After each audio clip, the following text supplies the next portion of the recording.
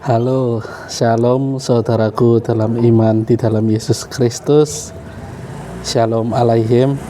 Semoga kalian sehat selalu dan senantiasa dalam pertolongan Tuhan kita Yesus Kristus.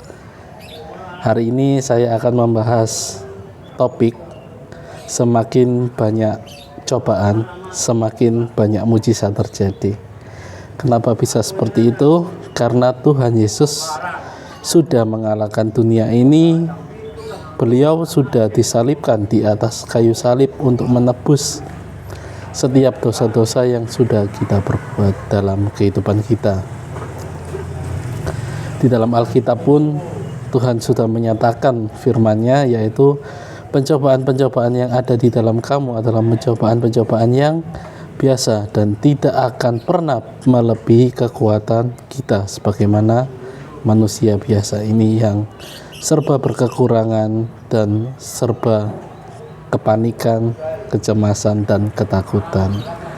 Tuhan juga sudah berkata bahwa Dia akan memberikan kekuatan kepada kita yang mengalami kesusahan, karena segala masalah yang ada di dalam hidup kita itu memang sudah seizin Tuhan. Jadi kita diberikan ujian supaya kita naik kelas. Semakin kita banyak diuji, semakin cepat kita untuk naik kelas. Ketika ada masalah pertama datang, kita berdoa, mujizat terjadi, Tuhan menolong kita. Ketika nanti muncul lagi ujian yang kedua, kita berdoa lagi kepada Tuhan dan Tuhan menunjukkan mujizatnya sekali lagi. Bahkan di pencobaan yang ketiga, keempat, kelima, keenam, ketujuh, kedelapan, 10, 100 dan seterusnya, ketika kita berdoa hanya ke dalam nama Tuhan Yesus Kristus, maka mujizat-mujizat Tuhan juga pasti akan terjadi di dalam kehidupan kita. Bukan lagi akan, tetapi pasti Tuhan sudah berjanji, dan Tuhan pasti menyediakan apa yang kita butuhkan. Tuhan sudah berjanji bahwa yang lemah akan dikuatkan, yang miskin diperkaya, yang sakit disembuhkan. Jadi jangan pernah kita khawatir tentang apapun juga. Dalam Injil pun sudah jelas hal tentang kekhawatiran. Jangan khawatir tentang apa yang kamu pakai, tentang apa yang kamu makan, dan tentang apalagi yang kalian khawatirkan dan kalian cemaskan. Karena kesusahan hari ini hanyalah untuk hari ini, dan kesusahan esok adalah kesusahan yang lain lagi. Tetapi Tuhan tidak akan kita dibiarkan dalam kesusahan-kesusahan tersebut. Tangan Tuhan selalu merenda di dalam kehidupan kita, dan janji-janji Tuhan pasti akan diturunkan di waktu yang tepat. Maka apa yang harus kita lakukan ketika kita menghadapi ujian? Yang satu adalah respon yang benar.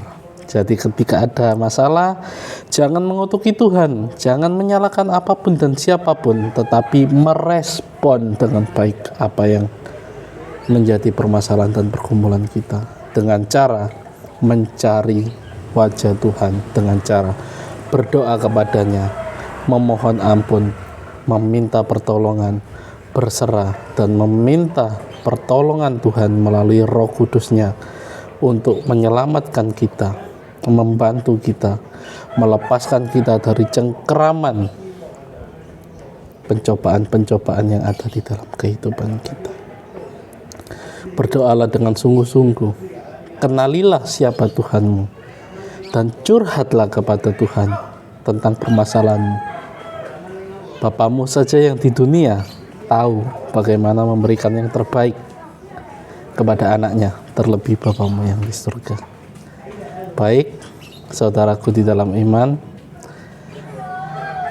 saya sudah menjelaskan sedikit daripada firman Tuhan. Saya harap apa yang saya sampaikan hari ini dapat menjadi kekuatan, karena Tuhan tidak akan pernah mengingkari janji-janjinya. Dialah Allah yang setia, dahulu, sekarang, dan selama-lamanya. Hanya Yesus penolong yang setia. Damai Tuhan bersamamu, yang sembuh, yang sakit disembuhkan, yang lemah dikuatkan, dan yang berbeban berat akan diberi kelegaan.